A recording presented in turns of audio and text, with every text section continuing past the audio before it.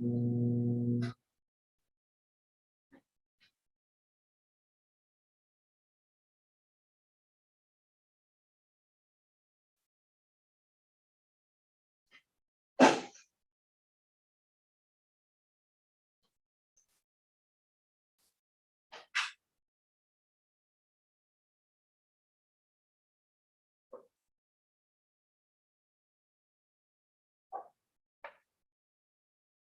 Dan. Hey, what's up?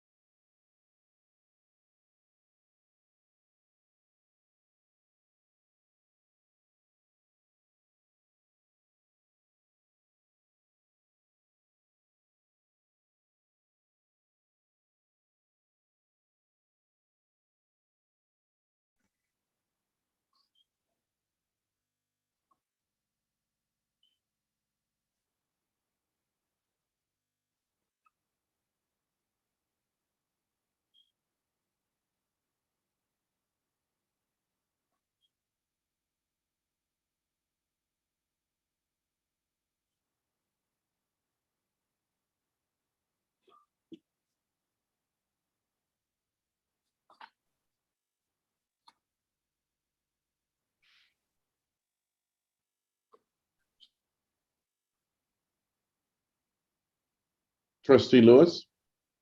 Yes. Yes, Chair Cole asked me to just let you know when you're ready to proceed, you can go forward. She had to step away for a minute. Thank you, Attorney. The financing. Good morning to everyone, President Glover and Good morning.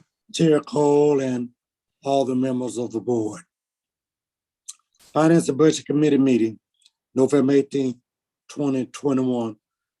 Findings of the necessity of conducting Finance and Budget Committee meeting without the physical presence of a quorum in accordance with Tennessee Code annotated Section 8-44-108. As chair of the Finance and Budget Committee, I offer the following facts and circumstances in support of a finding of necessity for the Finance and Budget Committee to conduct its November 18th, 2021 meeting without a physical presence of a quorum. The Finance and Budget Committee is scheduled to take up important Finance and Budget Committee matters that require timely action by the Finance and Budget Committee, including receiving an update to the university's budget, capital planning and facilities, the CARES Act, funding, and enrollment. Participation by electronic means is necessitated by ongoing health and safety issues pertaining to the COVID-19 pandemic. Electronic participation for the committee meeting is necessary to ensure the safety of the board members, staff, and guests while the institution implements additional measures to resume its in-person operations. Accordingly, I move that Finance and Budget Committee find that participation by a quorum of the Finance and Budget Committee members by electronic means of communication is necessary. Is there a second?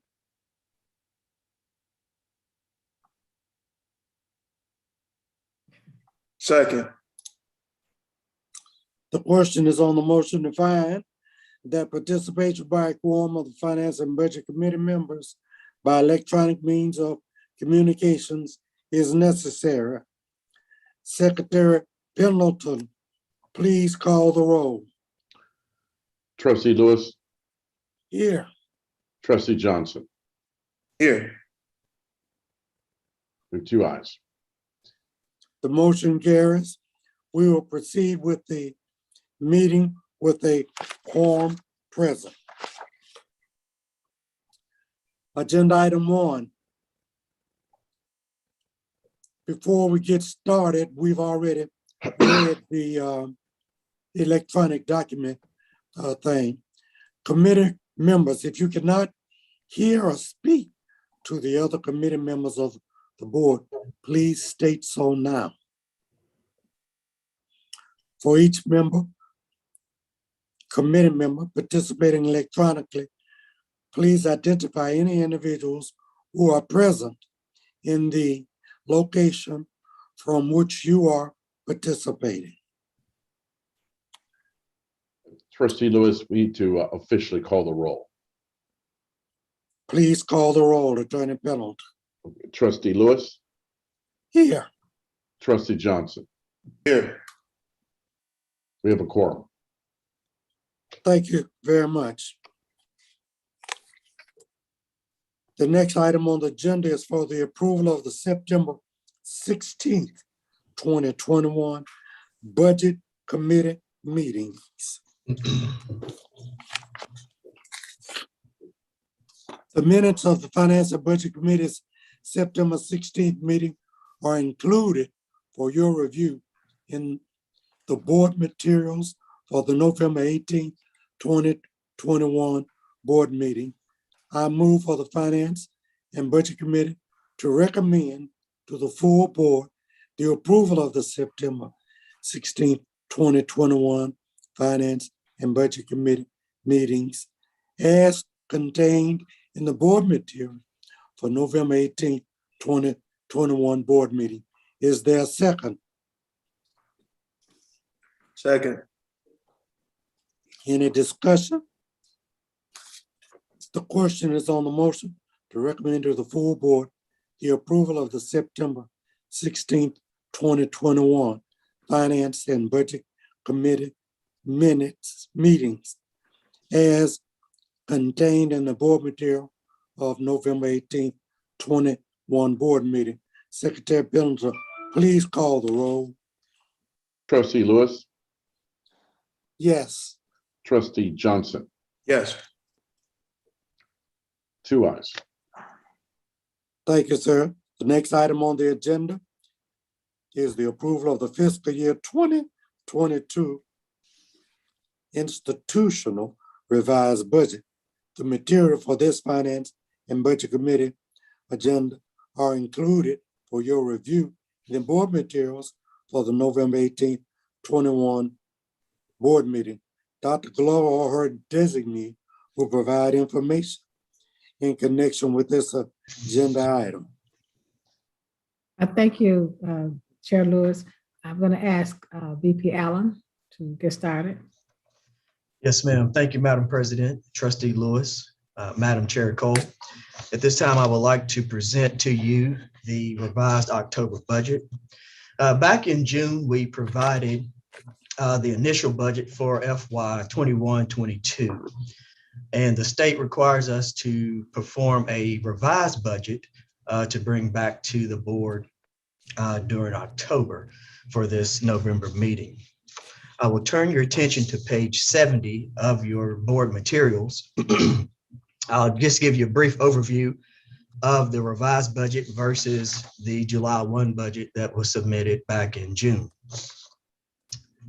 Due to the increased enrollment, the revised budget includes an upward adjustment in revenues of approximately $13 million and an increase in operating expenses of $9.1 million. There were no adjustments made to debt service for principal and interest payments, as they remain as a fixed cost of $3.7 million.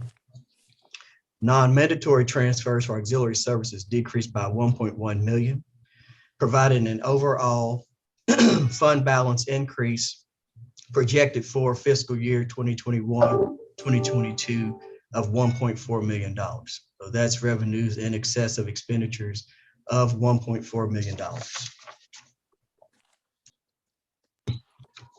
I will turn your attention to page 71 of your board materials.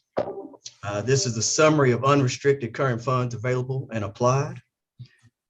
The first column presents the actual 2020-2021 data, followed by column 2, the July 1 budget, and column 3 being the October 31 budget. A couple of things I would like to highlight. On line 0520 unallocated balance, you see a negative number there. That's not to scare anyone. This is a required reduction or back out for the other post-employment benefits, compensated absences, and then also allocation of the pension expenditures. So this is a required number that we back out in order to report for the budget. As I stated just a few minutes ago, tuition and fees, we actually revised that upward from 68.5 million to 77 million, which is about a 36% increase over last year's actual. This is due to our enrollment, the Office of Enrollment Services, along with the President's direction. We were able to really drive the enrollment up this fall semester to 8,077 students. So we revised the budget accordingly. One other item on the educational and general revenues is the sales and service of other activities. This is line 1055, and we increased that upward as about 2.1 million. And this is for athletics and facilities rental. Again, back in 2021, There was limited activity as it related to sports, getting back into the swing of things, trying to get the pandemic behind us. We've seen a major uptick in ticket sales and other guarantees as it relates to athletics and rental of our facilities. The other sources line item, that stayed consistent at 5.7 million. And again, this was a line item budgeted for lost revenue related to CARES funding. And this was again provided to you all in the June board meeting. I will turn your attention to item B, sales and services of auxiliary enterprises. That is, we adjusted that by about $3.4 million. As we've seen more students on campus, of course, it costs more money to feed and housing the students as well. So we've seen an uptick in that, and also bookstore activity has increased again due to our increase in enrollment. I will turn your attention to page 72, the expenditures. We also increased expenditures, as I stated earlier, by about 9.1 million. Again, as the revenues went up, the offsetting variable costs also go up. That was, you can see under instruction, which houses about half of our total operating budget. We truly look at giving the needs where they need to be. And we've had to hire additional faculty members, also adjunct faculty as well. We've put additional resources into student services and academic support, and that's paid dividends for us, as we've seen in our numbers and also in retaining our students here at the university. Scholarships and fellowships, you will see that that did go down from prior year, up slightly over the July budget. Do not be afraid. We are still offering scholarships. What this is actually the scholarships that we offer from the institutional side. We were able to use CARES funding to fund additional scholarships in FY 21-22.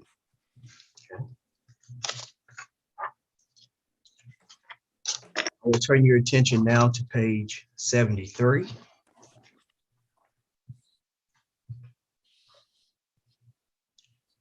The auxiliary line 7005, auxiliary enterprise expenditures. Again, we've had more students on campus, and of course that drives up the food cost, also with the bookstore and housing. But we've been able to offset those additional costs again with the enrollment numbers. You will see on line 8005, the transfers to unexpended plant, that went down from 1.9 to 667,000. But please keep in mind, this going down is actually excess revenue that we have as it relates to unexpended plant. The transfer to renewal and replacement, you see that went up over prior year and also for the July budget. We are required to withhold 5% of the gross margin from food service that we put back into renewal and replacement for equipment and other activities related to auxiliary services.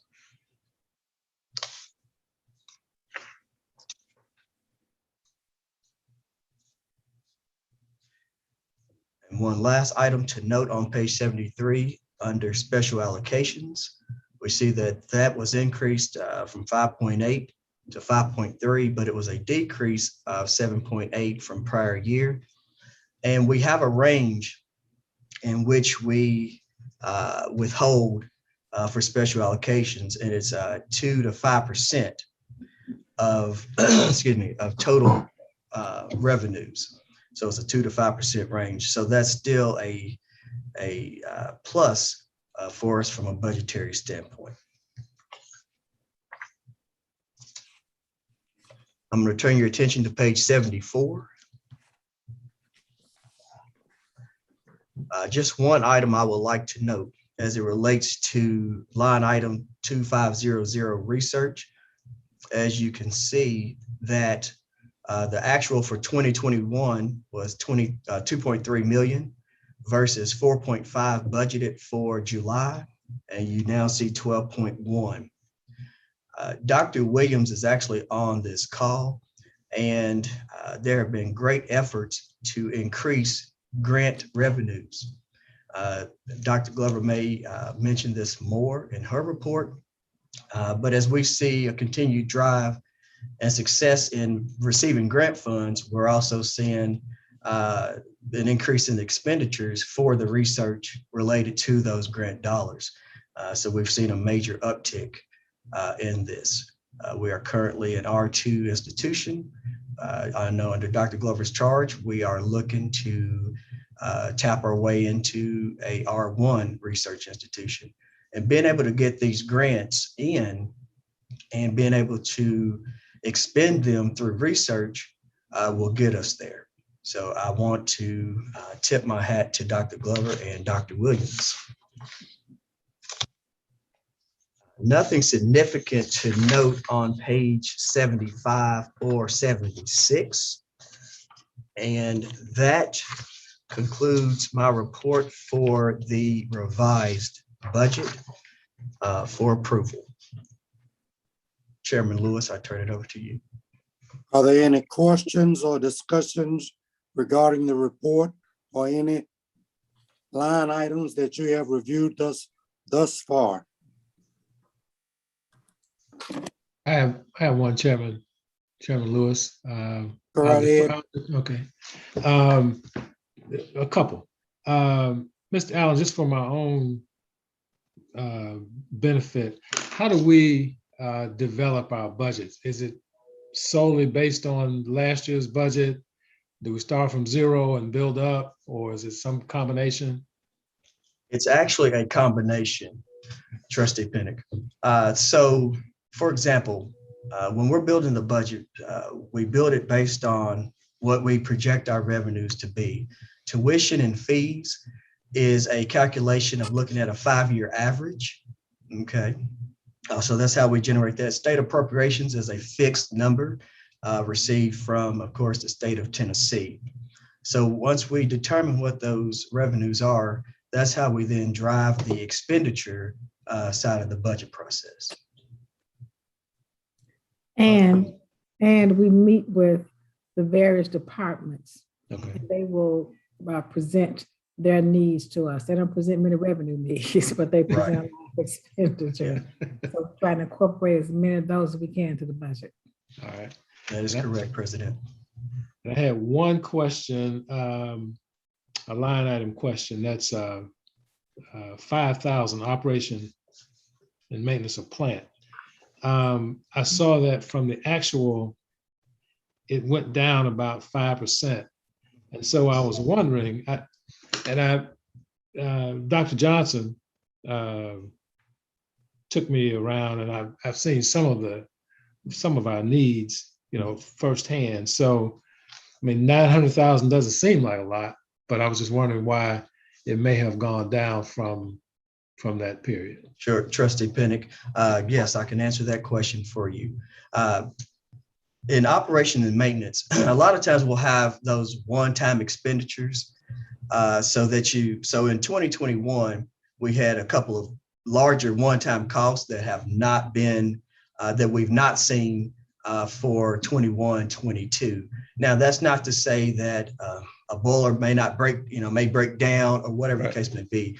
So really looking at that and kind of hitting in the middle as to where we were from the actual of 2021 versus the July budget, and hitting somewhere in the middle there to determine what those expenses could be. But again, we could have a large one-time expense, but we do have renewal and replacement and operations funds, for activities that may come up like that.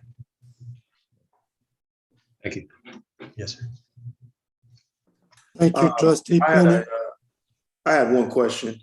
I know previously earlier today, we talked about how we were able to use the CARES funds to help students to pay off existing balances and to make sure they were able to stay in school. My question is, it's great that we have this uptick in enrollment, and I think that's a really good thing. But my question is, how do you think the impact going forward of not having those care funds in the future are going to impact the kids' ability to maintain enrollment? Yes, and Trustee Johnson, that's an excellent question. We all know that the CARES Act funding is a one-time, non-recurring pot of money, okay? We were able then to use those funds to assist our students' needs at this present time. We do not build the budget based on unknowns or what ifs, okay? We base the budget on what we project our actual revenues and expenditures to be. With that being said, helping the students was our #1 priority with the CARES funding. So this really gets them on some solid ground financially with the institution. Secondly, once we start looking at budget preparation for 22-23, that will be, again, educating our students as far as if they need to borrow funds or any additional funds that we may have that we can assist the students as well. As I mentioned, higher education, we're here to assist our students, but it's also a business, okay? And we have to run it as a business. Education is not free. So again, it's an opportunity for us to educate our students on the additional resources that are needed to fund their education. And may I add to that also that we set Mr. Allen and financial aid, chief of staff, we've all gotten together, and Ms. Izzard from Enrollment, and we're strategizing the plan for the next 5 years. Because we know that this year we got taken care of, part of next year, but then we're looking at what happens in the fall of 2023. So that's when we have we're doing a cash flow analysis for student, to assist them with their balances. And so that's what we're working on now, so that it won't affect. It's proven to us this fall that if students have money, they'll come back to school. So we're trying to put that pot of money together now to assist students who don't have those kinds of funds. Won't be the full balance like we did last time. We'll be able to help students spread it around. So that's the 5-year plan we're working on now. Yes, ma'am. Madam President, I just heard what you said. Maybe I missed out on this part. What are we doing about the fall of 2022? For fall of 2022, we have some funds we've set aside and earmarked for fall of 2022. It won't be full balances, but we have some funds we can assist to. We have a certain number of students we can assist that we think will keep us in the ballpark of where we are now. May I ask where those funds came from? Yes, some of the CARES Act funding. They're allowing us to carry those over to September 2022. We was a part of those. That gave us another year and a half to get 2023 together. Thank you. And thank you, Trustee Johnson, for bringing that up. Madam President, any other observations regarding institutional revised budget? No, thank you. If not, I move for the Finance and Budget Committee to recommend to the full board the approval of the fiscal year 2022 institutional revised budget and contained in the board material for the November 18, 2021 board material. Is there a second? Yes, second. Any discussion? The question is on the motion to recommend to the full board the approval of the fiscal year 2022 institutional revised budget as contained in the board material for November 18, 2021 board meeting. Secretary Pendleton, please call the roll. Trustee Lewis, Yes. Trustee Johnson, Yes. 2 ayes. The motion is approved. The next item on our agenda of Budget and Finance is the Capital Planning and Facilities Update. Information regarding the Finance and Budget Committee agenda item is scheduled in your board material for November 18, 2021. President Gover, please provide pertinent information related to this agenda item. This is an informational discussion item, so no vote is required. Thank you. BB Allen? Yes, ma'am. Thank you, Trustee Lewis, Madam President, Madam Chair Cole. At this time, I would like to present to you a capital planning update. On page 79 of your board materials, there are 9 projects that are currently underway for the tornado recovery. Of these 9 projects, the insurance company has currently paid to date $7.2 million in cost. And this was cost to renewal and replacement cost, 7.2 million. As they continue to assess and this work is being done, additional expenditures will be recorded. At this time, we do not know what the actual number will be, as they are still in negotiations with the total replacement cost. So as that comes forward, I will bring that to the Board of Trustees. The new residence hall is still on track to be open in the summer of 2022. I want to thank Dr. Johnson and his assistance on seeing this project through. Again, I think the students are very excited as we move forward with a new residence hall. The food science building is currently over budget by $3 million. And the reason for this, I think most of you all know, the pandemic really caused a rise in cost for materials such as wood, steel, etc.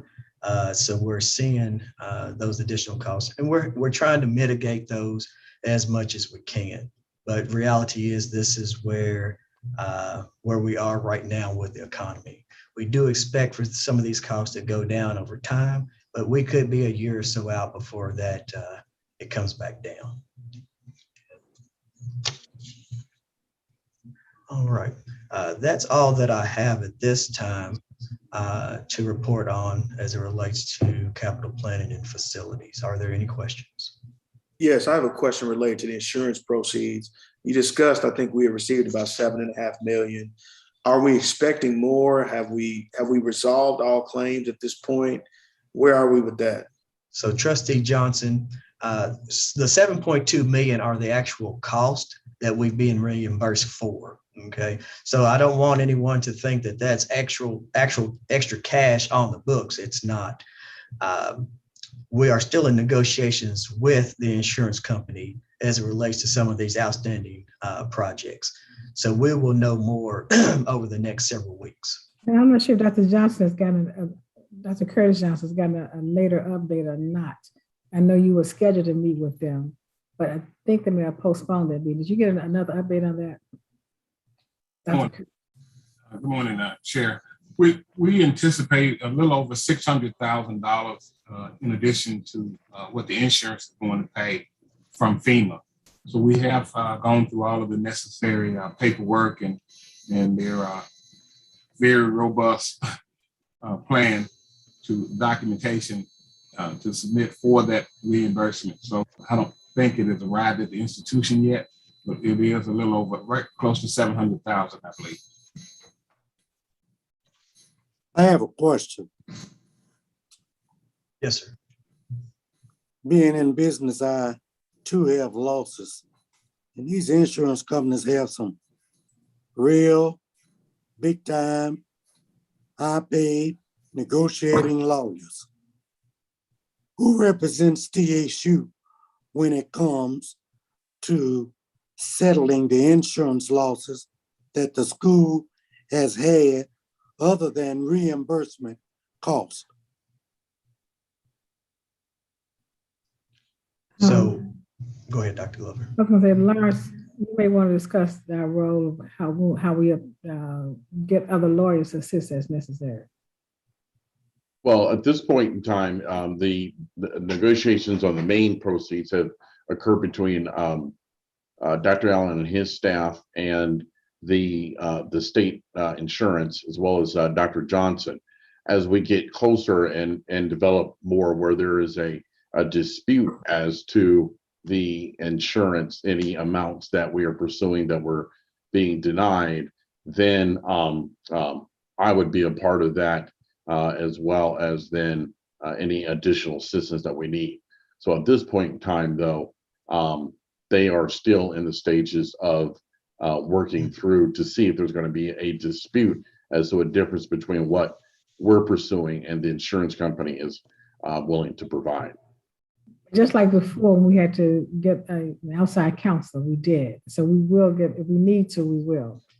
So I just have a question related to that. I know at one time we had discussed that some of our initial estimates of damage were like $20 million or more. So are we saying that we still have that much potentially to collect the remaining 13, or have those been adjusted, or were those estimates just wrong?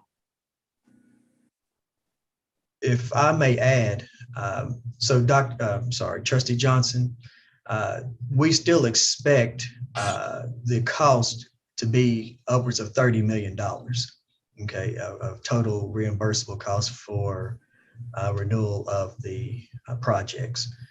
Now, because this was over a year ago, we know that costs have risen substantially by 10 to 15, in some cases 20%. So the good thing is we are, as Dr. Glover had mentioned, are in negotiations. And if there comes a point to where we just cannot agree, then we'll bring in outside legal counsel and other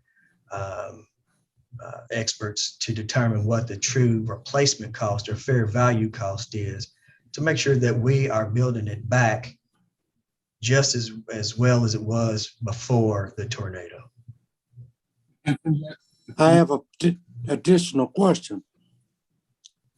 Does the state of Tennessee provide us legal counsel as it relates to these types of negotiations? No, so remember, so the Attorney General's office represents the state agencies and entities. If in fact we believe that we needed to have outside counsel, then we would have to go through a process with respect to obtaining approval from them to be able to do that.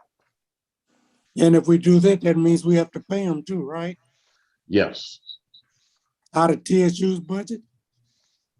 Yes, that's my understanding. That's not our budget. They will not pay for outside counsel. We know the outside consultant that we bring in. Well, I guess that's the way they make. Well, anyway, I'll leave that alone. Okay, thank you very much. Thank you, President Glover and Mr. Allen, for that presentation.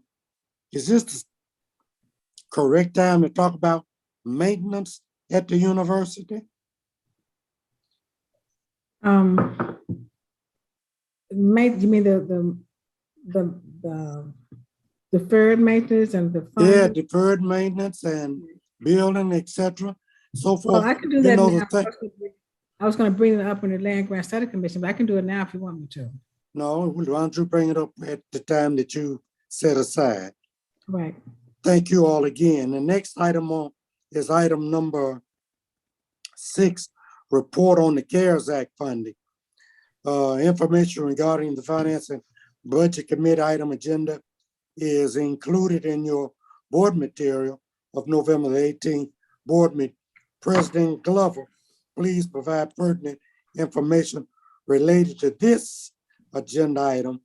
This is again an informational discussion item and no vote is required. Okay, Ms. Allen, will you go over the CARES Act funding? Yeah. Yes, ma'am, Madam President. Thank you, Trustee Lewis, Madam Chair Cole. At this time, I want to turn your attention to page, actually, I provided a lot of documentation here as you all had requested, but we have a summary page that was submitted to each of the board members. So I'm not sure if you all have that handy, but I will go over that in front of what I have. Is that page 83? So page 83, yes, we can follow along on page 83, but I have since condensed that information down. It's just a lot of numbers on that page. But again, I wanted to provide the detail and then also have a summary. So what I'm going to do is first start with, under the CARES Act, Tennessee State University was awarded $115.5 million. As you can see on page 83, $115.5 million, that's the award amount. The expenditures to date, this was as of October the 29th, 2021, was $94.6 million. I'll further show you a chart in your board materials and how we have used the CARES money. We've encumbered approximately 1.8 million, and we have left 19.1 million of the CARES funding. And as Madam President had mentioned earlier, the question came up about what we plan to do for the fall of 2022. Some of this unused balance will then be used to help offset some of the students' cost for next fall. And actually this will be for spring of 22, summer, and also the fall, okay? Could you give us the number that you have saved or encumbered or that you're Yes. holding back? Yes, sir. So we've currently encumbered 1.8 million.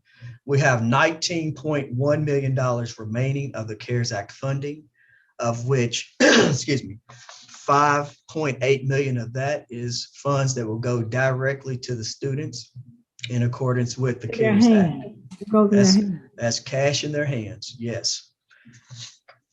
So I'm going to turn your attention to page 85, which is the chart. This chart totals the $94.6 million of funds expended. And one thing I would like to do, so I'm going to go between page 84 and 85. Page 84 shows what was expended by year. So in FY20, when the pandemic first started, we had total expenditures of $5.5 million. Again, this is on page 84 of your documents under the column stated FY20. You will see that $3.1 million went directly to the students, as Madam President just mentioned, that's cash in their hands. Another 2.4 million of that was a generation of student debt relief and also the revenue loss, okay? The revenue loss was projected based on looking at the last 5-year average and looking at the number of students that would have been here had COVID not been in effect, okay? So then in FY21, again on page 84, we expended $42.1 million. And then in FY22, we have expended another FY21 was 38.1 million. In FY22, we expended 25.0 million. For a total of 63 million, and that was under the HBCU portion, which brought our total to date of $94.6 million. Now, on page 85. But before you go there, can I Yes, ask sir. a question, please? You may. I'm looking at page 84, Yes, sir. line item 228084. Can you give Yes, me sir. a little clearer understanding on that particular line item? Yes. So again, this was what was determined the lost tuition revenue. So under the CARES Act, it allowed us to offset that lost revenue with the CARES funding. So we then performed a calculation to determine if COVID had not impacted the university and we had full enrollment, this is the number that we then calculated that we lost due to students not being here during the pandemic. I understand that. Now tell me, did you actually use that money, save that money, or what did you do with that? Yes. So that money is currently sitting in our bank account. Again, and part of that money is also used for operational needs. That's what I'm trying to get to. Yes, sir. Yes, sir. Thank you for letting us know that. Absolutely. Absolutely. So how do we determine what those funds are used for? Is there any plan to restrict any of those funds or save it for long term? Because it would seem to me that as the university, we lost revenue, but we also should have had some cost reductions during that same time, I would think. But I realized there was additional costs for all the COVID protocols and so forth. So maybe that offset. My main question is, if we have this money that's reflected on line 228084, or a portion of it, whatever's left, what is the long-term intent for those funds? And is there going to be any special allocations, or is it just used as needed? So Trustee Johnson, to answer your question, again, it's the 20 million it's not all sitting in the bank account per se, okay? There are operational needs, but I will say this, those funds would be used again for student needs, okay? And operational needs going forward. So that is, our focus is student driven first. And there are many needs that our students have. So that would be part of the assistance that we would provide with these additional funds. So my concern with that is, I think that's great, both of those uses, but here's my concern with that. My concern is that as we plug operational holes with this money, does it give us a inaccurate reflection of how we really are doing budget-wise? Because next year, when those CARES funds are not there, are we then going to have huge holes that we previously filled with CARES Act funds, but operationally, we looked good for this year, but next year, assuming the same operations without the CARES funds, we're going to be at a deficit? So Trustee Johnson, let me answer that question for you. These funds, CARES funding was not used to plug for operations, okay? I want to be very clear with that. CARES funds were additional resources needed in the midst of the pandemic, and those additional costs such as PPE, equipment, supplies, etc. But our operational budget was built on revenues from tuition, state appropriation dollars. So the CARES money is not a plug number to balance our budget, okay? But when you say, we use it as operational needs come up or things of that nature, I know it wasn't a plug number to balance the budget, but if it's a cash number that's being used to plug holes, is that going to give us a false representation of our numbers moving forward in the next fiscal year? So let me say this. Let me say it this way. When I say operational needs, that is really the needs that are associated with the pandemic. Okay. Yes, right. sir. It was emergency. Let me just throw in. It was emergency needs Right. only. Okay. We were able to replace some things that were lost. We were able to buy the equipment. And there were some scholarship dollars. You're right, Trustee Johnson. There were some scholarship dollars in there that we had to use for students that won't be there the next time. That's why I say this, we do have a recovery year, and that is 2021. But in 2023, it's a long-term plan we work on to make sure we can replace them with the enrollment dollars, with the extra funding that we're meeting with I talked to you about $1 million, I talked to others. We've been talking different, and you'll hear from Mr. Isabel shortly, because we're going to replace those funds. We won't replace them all, but you'll see that the fundraising we're doing to replace the grant money we're receiving that won't be there after a year and a half. All right. I guess I was just a little confused, and thank you for that clarification. I was confused what the meaning of plugging operational holes. As long as it's related to the COVID pandemic, then it shouldn't affect our overall budget. And I appreciate the clarification on that. Absolutely. Trustee Lewis, may I ask a question? Yes, please go right ahead. Mr. Allen, you mentioned that, students have a lot of concerns and that you would use those funds to try to meet those and operational needs. What are your priorities as far as the student concerns are? Well, and again, student concerns would be basically being, how do you meet your financial obligation? And as I stated earlier, we understand that this is one-time money that we've used primarily for student needs, okay?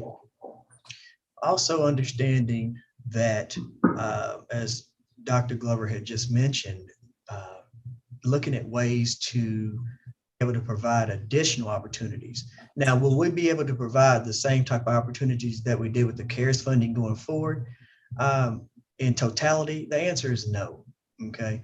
But where we are looking is to tap additional resources to offer as much needed assistance as we can, because we know that one of the primary reasons that students cannot continue is because of unmet financial obligations. And studies show that most students aren't able to come back because they have an average balance of $730. So $730 should not keep our students from obtaining their educational objectives. All right. So those are just some of the things that we're looking at, as Mr. Dean Stevenson had mentioned earlier, that we're putting more resources into student needs for mental health. That's a real opportunity. You had mentioned yourself about having those extra days just to be able to kind of relax and de-stress to a degree. So we're looking at different ways to make the experiences for the students better, because we know that being in class is hard enough. So any way that we can help offset that stress, that's what we're looking at doing, as Dr. Glover mentioned, looking at a 5-year plan to assist our students. And I'm going to throw in this too, Chair, and that is, we know the students have two basic needs. The first one is their financial needs. Then you have the housing and food needs. And then we'll throw in the third one is there are supplies and services. So we can handle a lot of those with the funding that we've set up. The supplies and services, yes, we could get everybody the laptops that they need, the technology devices. That's what we use as funds on an emergency basis. What's going on now, you're going to hear shortly when I do the report, is that we're getting funds, we're close to getting more funding now to assist students in different ways. We're set up that mental health center, which is tremendous, and that's costly. But the cost can't be the overriding factor. So we're looking at the scholarships, the housing and food, and then the student other support and services. So those are the areas we know the students need most. And they may need other things too, but those are the ones we're working on more so than anything else right now. Trustee Lewis, if I can ask a question, please. Please, sir, go ahead. My question is about line item 221399, laptops and technology upgrades. Mr. Allen, last board meeting, you ballparked kind of the breakouts of CARES money and made a statement that approximately $2 million would be set aside for technology upgrades with CARES money. And I don't see that money in this budget. 221399. Correct. You see on page 84. Yes. Okay, so there's 2 million currently set aside, but please keep in mind that we still have 1.8 million of encumbered funds and also another 14.5 million to allocate. So there is additional resources allocated for technology.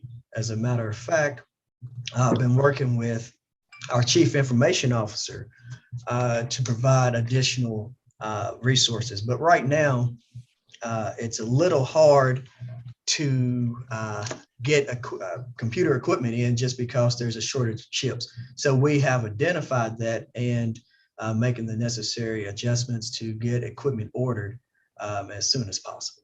Okay. But funds are allocated for that. And I just will wanna say, yeah. yes, I just want to make sure that was encumbered. So absolutely. thank you. It is encumbered. Yes. And I will also, if you'll turn your attention to page 85 right quick. As you can see in the chart that we have expended 45.8 million for student debt relief. This was paying off of student balances from March of 20 through this current fall 2021 semester.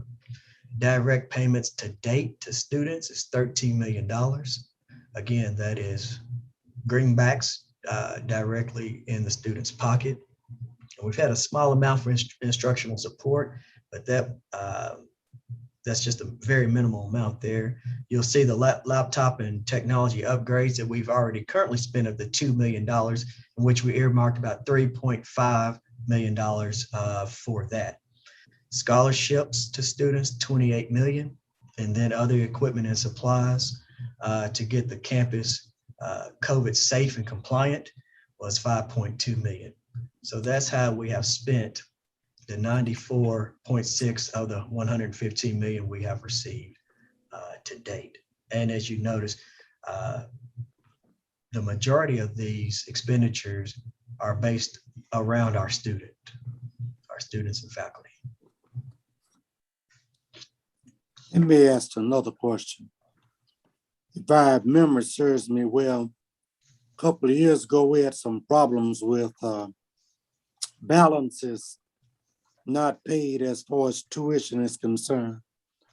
For the school year ending in 2021, what we're in right now, is it safe to assume that we have no student balances?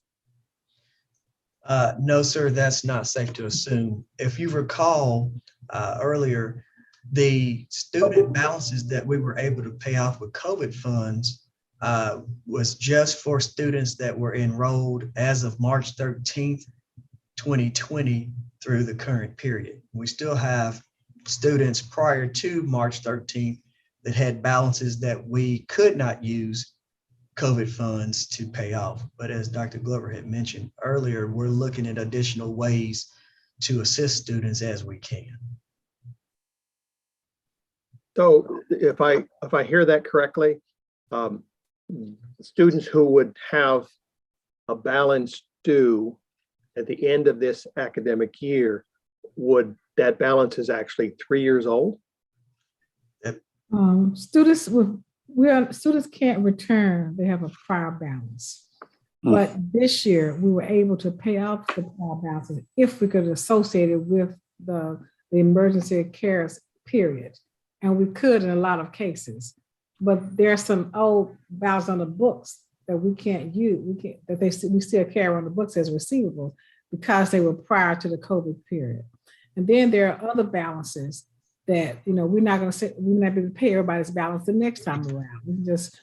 Right now we're looking at paying a portion of what they owe because we have to have enough money to go around. But we think we put in the plan will be such that it will cover enough students so it will not cause our enrollment to take a drop. So we're looking at the balances we have now that we can cover.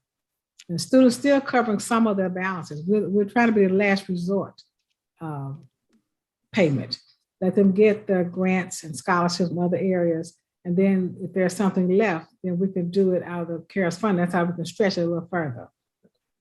Is there a ballpark number of what that balance owed is at this point in time? Since prior year, because it's all prior year, so we know that real number, right?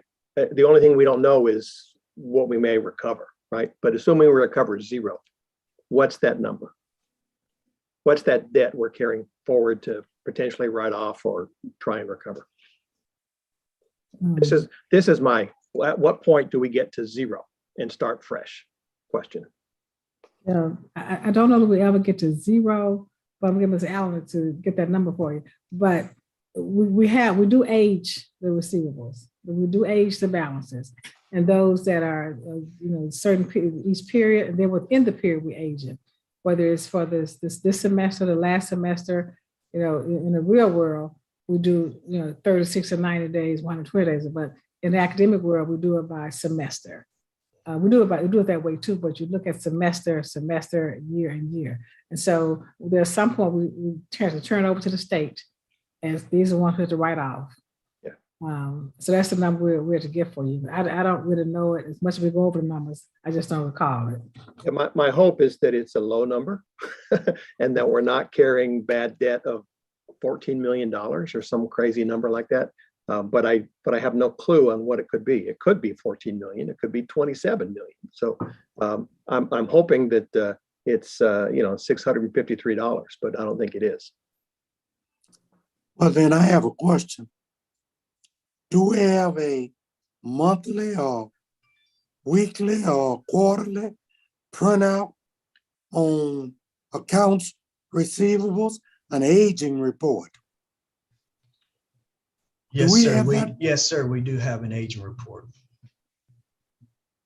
Well, I'm of opinion, if we do, we ought to present it quarterly to the board so they'll know. They'll need to know. Trustee Lewis, if you don't mind, in higher education, it's a little different than in a private sector where you have a 30, 60, 90 write-off rule. Ours works on an annual basis. So we write off a percentage of the prior year. Okay. We then write off a larger percentage. So to provide that quarterly, I don't know if that's going to be the best way to present that. Well, how about annually? Absolutely. Absolutely. And also, please keep in mind, if there is an outstanding receivable balance of $20 million, that doesn't mean that it's impacting our financial position by $20 million. Okay. That's really foregone revenue at that point. So we've already accounted for it through the allowance method. Okay. So I don't want anyone to think, oh my Lord, that's not the case at all. So under general accepted accounting principles, we do write off and have a write-off policy in how we manage our student collections. I understand what you said, and I appreciate that. I think as a board, we have the responsibility of knowing on an annual basis what it is we forgave, did not collect, or still have on the books. That's the trustee board's responsibility in my judgment. I totally agree with that. I totally agree with that. When we talk about we are a university, but we're also a business, and we really need to know those numbers. Absolutely. But no problem.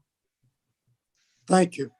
Thank you, President Glover and Mr. Allen and all of those that participated. Absolutely. Thank you.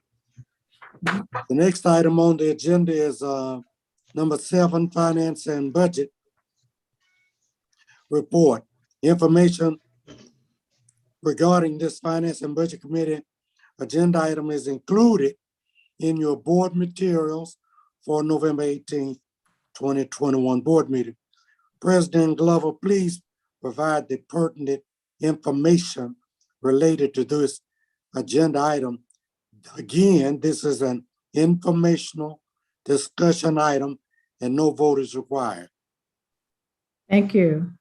VP Allen, you want to start this one?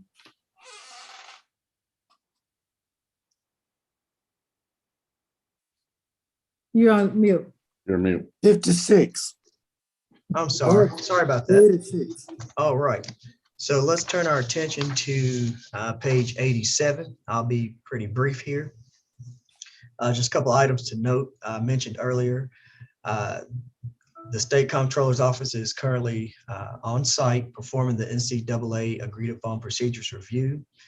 And the FY21 audit will commence in January of 2022.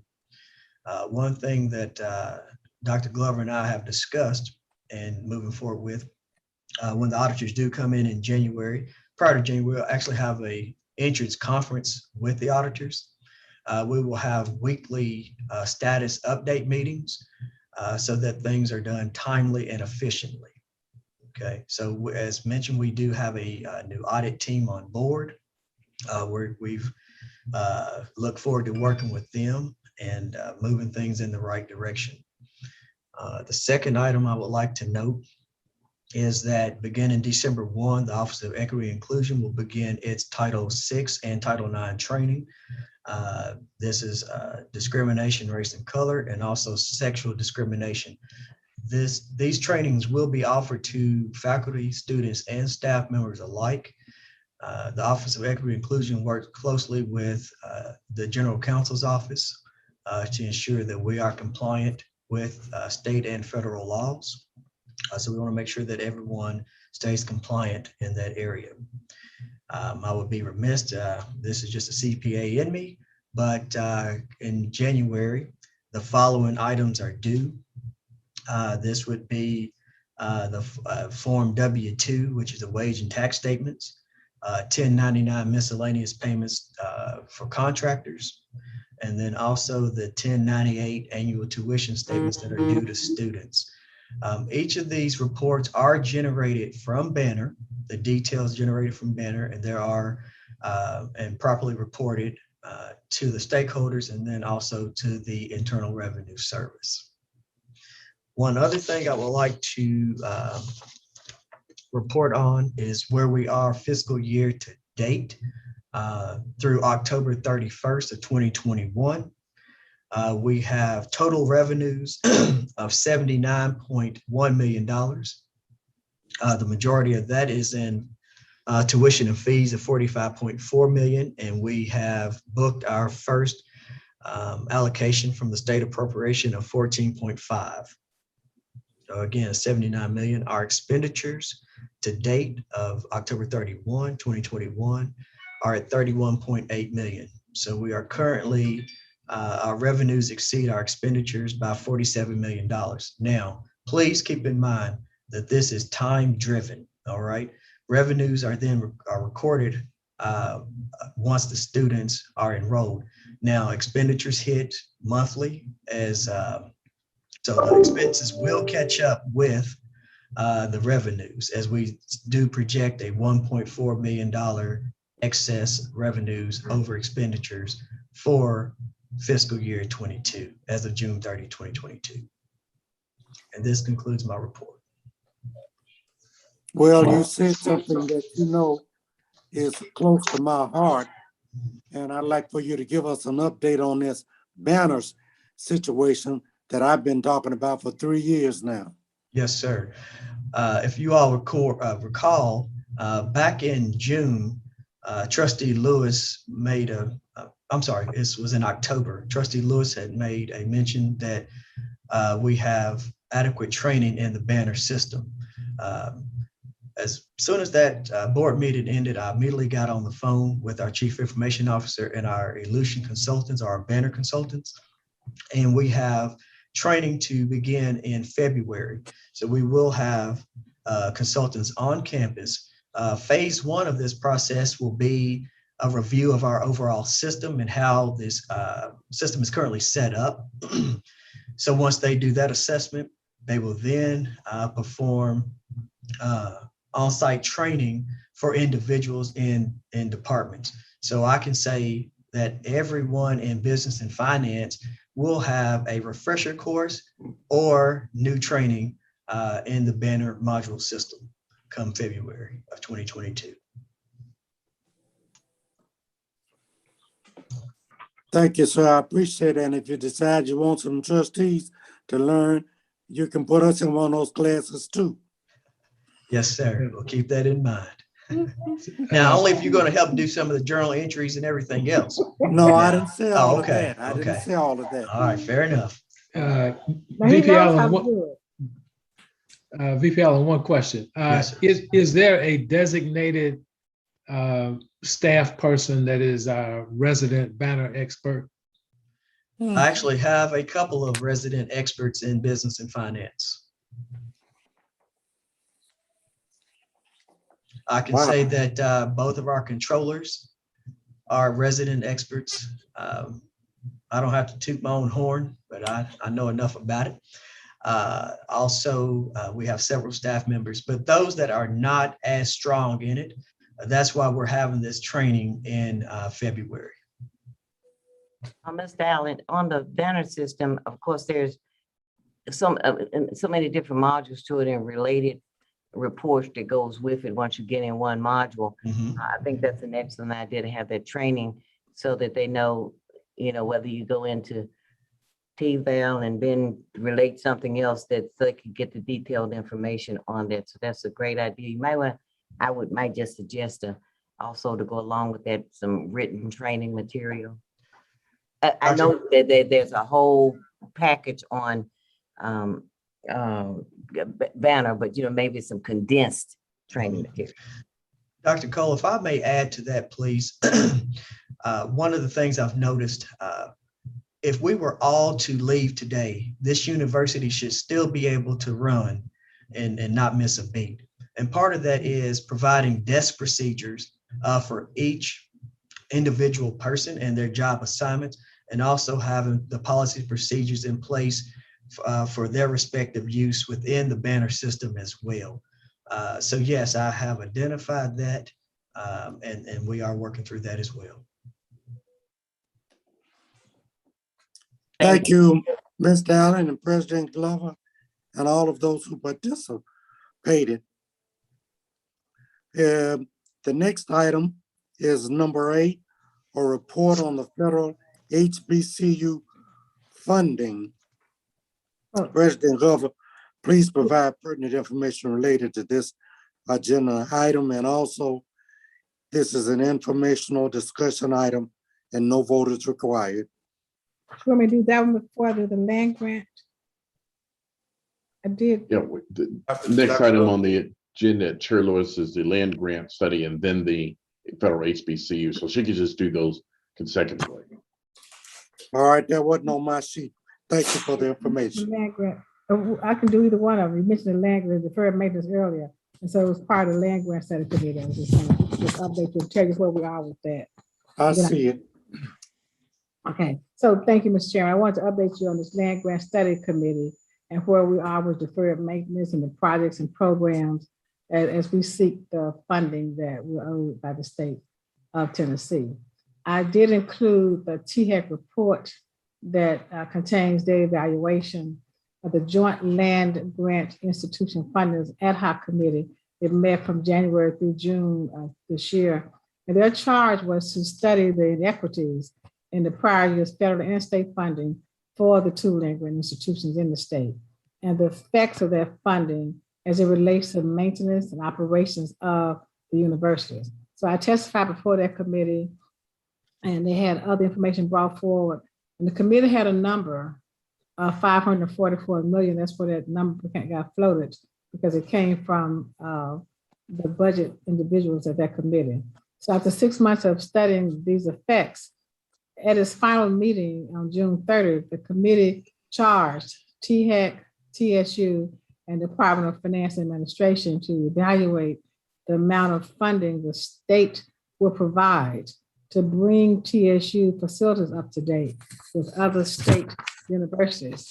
So the items included in the THEC report that you received, it is total over the 500 million. So it just shows that even THEC, Finance, and TSU agree on this amount. And the THEC report that was given, I say THEC report, but it's a report that included the information from meeting with both Tennessee State University as well as meeting with the Finance and Administration Department, Mr. Ewing. They came up with $337 million. $337.5 million in deferred maintenance. That's a huge number. And talking to other HBCU presidents, they have numbers that are high also. I mean, 300 million is a huge number that in our deferred maintenance and what it takes to upgrade our facilities. But that's the number that was submitted to the commission, to this committee, of what they saw as the maintenance activities at TSU. That didn't mention that's just deferred maintenance alone.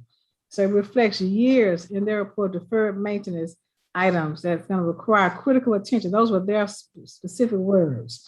And so we had some projects they mentioned to update the campus master plan as we need to. And they had the electrical infrastructure, the utility system, campus wide should be upgraded, the roofing and parking and the roads. So they had quite a few. And then the housing needs. It went into a lot of detail about the housing needs. There's some specific capital outlays. But not to mention, they've always said 377 million in one. And then there are a lot of other outlays, a new engineering building, the agricultural complex, the academic classroom building, a wellness center for the student union, a new library, just some major renovation at Jackson Hall. So the numbers they came up with were really higher than the 544 million, which shows that we're all in sync about the funds that were owed to TSU and where we are with it. So what's next? I have met with Representative Love, and we're developing our ask for this year. So I plan to meet with each board member, each one of you as TSU Board of Trustees, and get your input, ensure I have your input on our needs. Our list of needs, to just go over with you what we see as our list of needs and get your input on there so we can go back to them. I gave them a date of December 15th to get back to Representative Love, who's really going to go back to the legislature and meet with and talk about what we're going to do. So then we're going to meet with the governor's office. That's next. First, meet with Representative Love, give us the numbers, meet with you all to get your input so we can solidify the numbers, then meet with the governor's office. So we expect to have an amount presented for consideration of the governor's budget for 2022. So that's where we are with that as we go through this. It's been a grueling process, but a very necessary process. If you recall, this got started a few years ago when I sat down with the then VP of Finance, and we noticed that we were just not getting the proper federal match. And we said, this is just not, I mentioned it, this is just not right. We can't continue like this. So we went through and did it was Cynthia Brooks and I spent a whole weekend going through analyzing the numbers and came up with 37 million, what they owed us. That was just from the non-matched money from the federal level. And then I took it to Representative Love, and he brought in the state level too. So between the state level and the federal level, we just owe hundreds of millions of dollars. So now that it's come to front stage now, there was an article that Bloomberg did, and then Forbes did another article. So it has become national news, and we're not out there holding press conferences saying, here's what was owed. It's just that people are coming to us and asking us questions. And so our rule is we're not deliberately seeking out people saying, let's interview me about this. But if they ask us questions, we're going to tell the truth. So that's where we are with it. We expect to have a number of some magnitude in the budget this year. Last year, we got a good faith payment. We got $5 million went into the foundation for scholarships. So we're breaking it down this year. So again, Dr. Representative Love and I are meeting to go over there. We've had one meeting. We've had more than one meeting with he and our government access person. Both of us, all three of us met in my office earlier this week or last week. And we came up with some of the needs. So we're still solidifying that. And once we get it in a point where we think is workable enough, then we're going to sit down with each one of you individually so we can go over where we are and get your input into this and make sure we're covering where we now. I've talked to many of you already, but we've solidified quite a bit since then. So that's where we are with it, Trustee Lewis. Well, we have some expectations for next semester, for January, for the budget. Well, thank you for bringing us up to date. I have one or two comments or observations, and I'm not trying to call out anybody, but I'm going back with a little institutional memory, i.e. how we ended up with a new administration building at Tennessee State University and the boiler room, etc., plant upgraded and a few salaries reviewed. This board needs to realize that leadership for this kind of money comes from the governor of the state of Tennessee. Regardless of how much money the federal government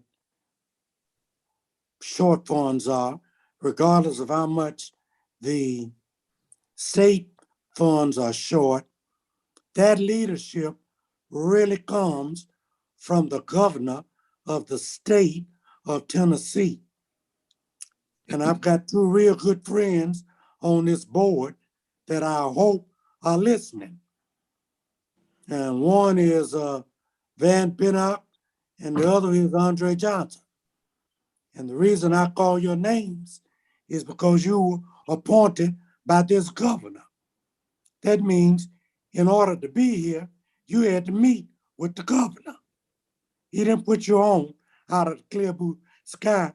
He put you on because he knew you, he wanted you, you were recommended, and he found out what he could that he didn't already know about you all. Now, President Glover, I'm glad that you said one other thing.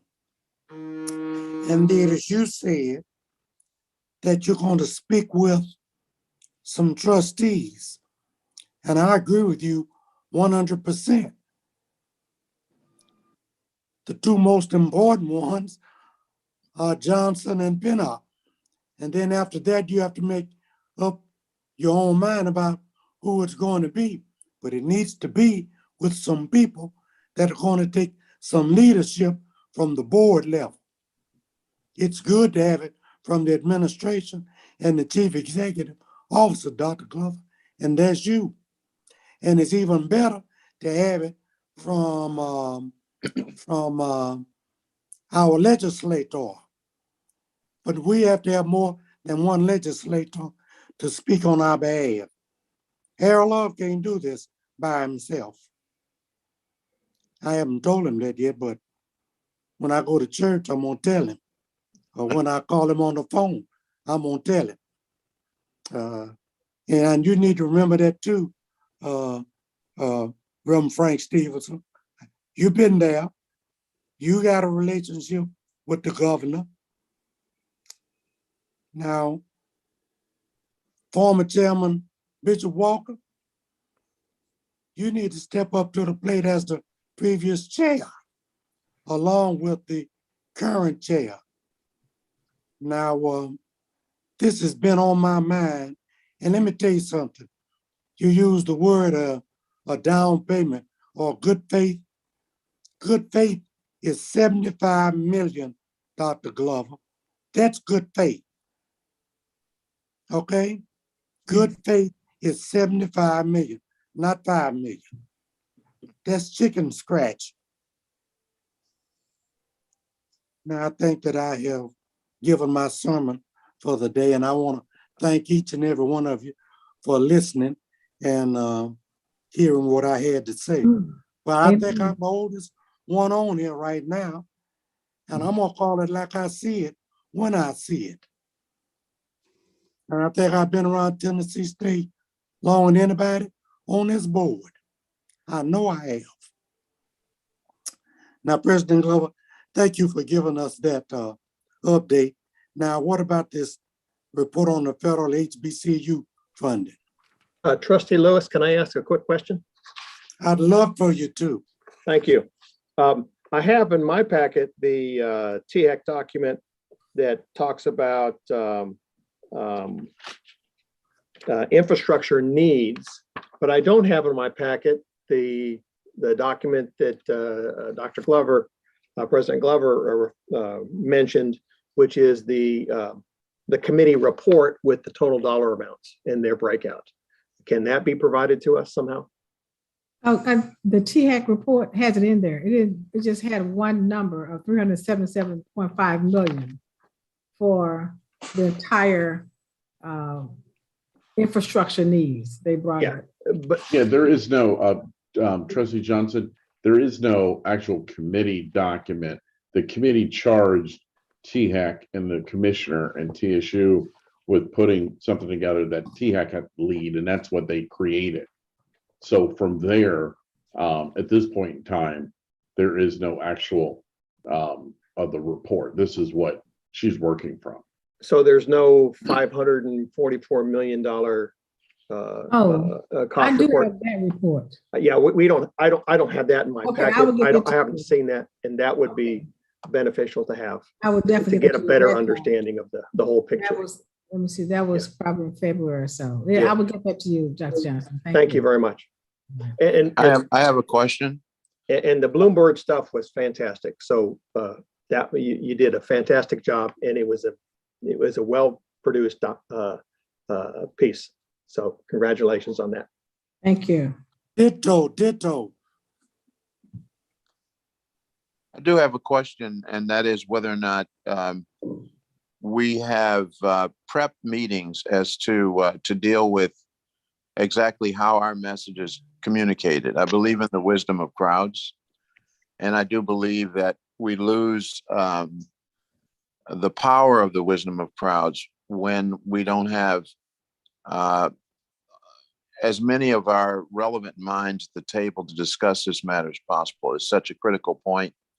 The difference between 5 and 75 million, what's a reasonable thing for them to do? This is a time to be aggressive. Yes. It's time to be very aggressive. Yes. And I think that we really need preparation. The politics of communication is important. Who delivers the message? But all of that has to be, in my humble opinion, discussed prior to the interface with the people that are going to be pressured, and they should be pressured. Well, thank you. I'm not trying to, I don't want to say the 5 million was, it was a good faith payment. When the 5 million came about, they were through with the session. You know, it had ended already. At the time, it was June 30th. So we had to insist on getting something. I did a proposal for 10 million to go into the endowment account, and they did 5 million of it. And so what I'm saying was it had already ended for this year. We had to come back and circle back and have them at least consider something. So that's how we got that 5 million. And that's how we work to get there. We don't dare think 5 million is gonna make us feel like we're getting somewhere with it, but it is an acknowledgement, and it does say a very little, but we're more interested in what's going to happen now for this next budget meeting, this next budget period that comes up next semester.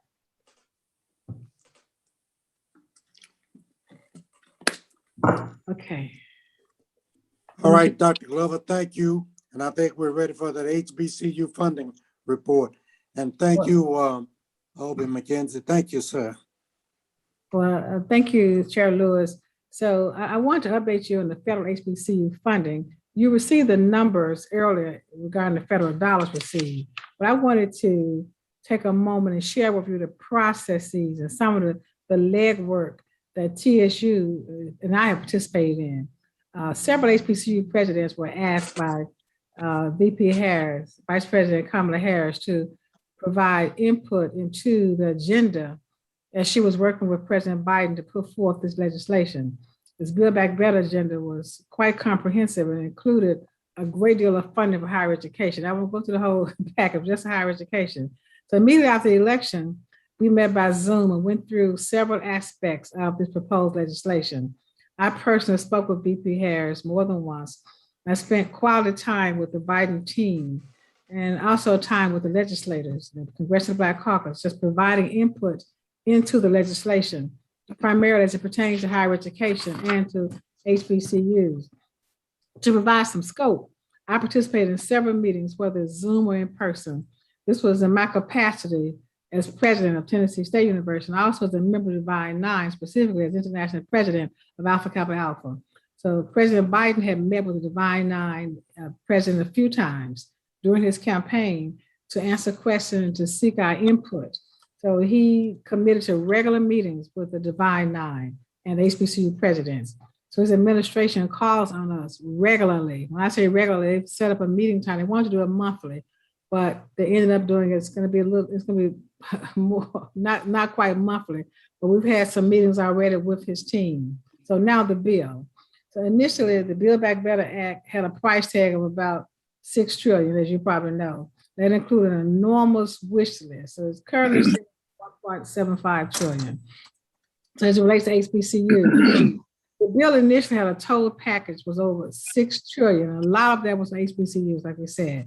Then the negotiations started and the cuts started. And I think it's important for the board to know the access that I was given during this important time. So in addition to the role I played as HBCU president, the role I played as president of Alpha Kappa Alpha brought just additional access. So I met with several members of the Congressional Black Caucus. I visited Washington on a few occasions and had several Zoom meetings, in addition to meet with members of Congress. And so I also met with the United Negro College Fund, since I serve on their board of directors, the Thurgood Marshall College Fund, and NAPIO. And this was an attempt to ensure that we maintain some reasonable funding for HBCUs. And of course, what's going to use is Tennessee State. So as Congress began to make cuts, the misinformation began also. So one of the main incorrect pieces information involved, the president was cutting HBCU funding from 45 billion to 2 billion. So I think that confusion was because Representative Bobby Scott, who was really a friend of HBCUs, tried to assist and put forth a bill that suggested 2 billion for HBCUs. But I'm gonna move on, but it would require competition among different groups. But well, that didn't go over so well. So because it was difficult to compete with some of the well-funded other universities. But we continue to push for increased funding for HBCUs, and we asked for another $1 billion for HBCUs. And because of the diligent work of advocacy, I was asked by Congresswoman Frederica Wilson of Florida to testify to the House Education Committee on the funding needs of HBCUs. And I testified, I think, on October 6th. On that same day, I had to leave that meeting a few minutes earlier to meet with Vice President Kamala Harris. They had scheduled a meeting with Divine Now on that same date because that's how our schedule flowed. That's how it worked out. So we met with VP Harris about HBCUs and minority business development, the voting rights agenda, and other things. In fact, the White House had made arrangements for me to testify by Zoom from the White House, down the hall from where we met with the Vice President. But I had initially stated I couldn't make the meeting because with the VP, I figured I would meet her separately at a later date. Because the first conflict meeting was scheduled September 16th, the day of the TSU governing board meeting. And so, but they changed the date. They selected another date, and I had to testify before Congress. And so I'm saying this to note that they were just aware of the efforts. They had really worked so hard to arrange to get the HBCU funding. So they worked hard to get me in those meetings. And the Vice President had asked me to attend. So the third thing happened that same day is President Biden appointed me as vice chair of his President's Advisory Board for HBCUs. And the advisory board is exciting because of the benefits of TSU. For example, they have spoken to me personally about assisting HBCUs who now hold R2 status on how they become R1. There are 11 HBCUs in the R2 category, and TSU is one of those R2 institutions seeking R1 status. So I have personal conversations that's still ongoing. They have agreed to make funds available to assist these 11 HBCUs to become research magnets and to move to R1. So this is monumental for HBCUs and for TSU in particular. So it would take an intentional plan to make this happen. But we believe with the federal funding, the state funding, now we will receive the rearage owed to TSU, and our commitment to this initiative will make it happen. So here's where we are now with the legislation as it pertains to HBCUs. After much advocacy and much negotiation, minority serving institutions will get $10 billion for their institutions.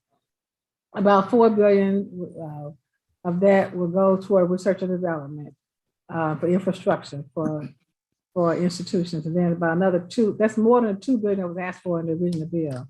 Minority serving institutions will also receive $6 billion to award need-based financial aid to low-income students. So the HBCU, so that's where we are. HBCU supporters we sent about 20,000 letters to lawmakers asking them to increase the funding by $1 billion. I was really spearheading a lot of this process. This is where we are with the federal legislation. I just want to know, I thought the board should know my efforts involved in this process at the national level. So thank you, Chair Lewis, for allowing me to provide this update as to where we are and how we got to some of this legislation with HBCUs. Madam President, this is the most exciting thing I've heard since I've been in this meeting. For our present and our future. The stars have lined up in the presidency and the vice presidency, with you as our best advocate in the street fight for dollars to support our present and our future. It's a tremendous effort. You're to be congratulated. The politics of Greekdom combined with your skill in getting into the rooms necessary to speak on behalf of all HBCUs, and then to have that impact us positively is to be highly commended. And I just wanted to say it's just very, very exciting to hear. Thank you. Echo that as well. Thank you, Dr. Glover. I distinctly remember times a few years back when there was inquiries and questions around your dual roles. And clearly now it has been quite evident, slam dunk, like end zone, that you being in these roles benefit Tennessee State in ways in which no other college president on the planet can. Thank you for advocating, being not only in the room, but at the table, and not just at the table. I saw the picture, you were actually at the right hand of the vice president. So I saw it, and I know you were there. And certainly that is something that Tennessee State University is incredibly blessed to have. Thank you. On behalf of the faculty, thank you so very much. This is a perfect case of the right person at the right place at the right time. So thank you, President Glover. Thank you. May I make a comment, Mr. Lewis? Please do. Okay, and again, I think that's awesome as to the players that were at the table. And because of her being at the tables while we're getting this information, which I think ties back into what Trustee Lewis was saying about getting the right players at the table on the state level. And we see what can happen when we got the right players at the table on the federal level. So I just want to say those two, what he's saying, it ties in and it shows that it works. Because and I saw the pictures also of Bishop Walker, and because she was there is the information and what we have, and we replicate that on the state level, will be awesome. Thank you, Chairman Cole. Trustee Lewis, may I make a comment? Please do. Trustee Thomas.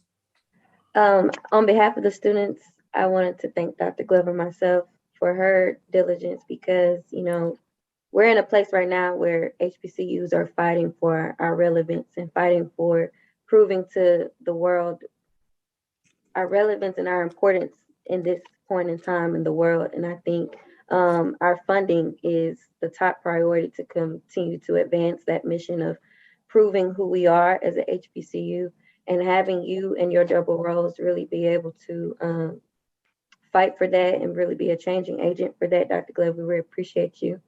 But I also wanted to ask a question. I know at the time you were in Washington, I was also having my own conversations with the White House. I had the opportunity to talk to the senior advisor to the president, Cedric Richmond, about HBCU funding.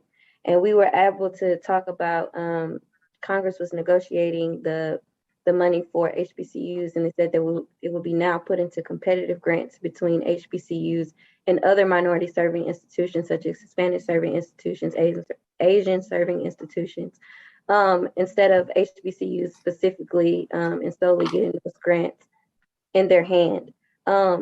Is that still, are there any updates on that? Where are we in the playing field of competing for those grants with those other institutions? That was taken out. Okay. That was one of the victories. Well, so far, we don't know how it's going to happen, what's going to happen later, but right now it's out. Thank you. Thank you, Trustee Thomas. Anyone else?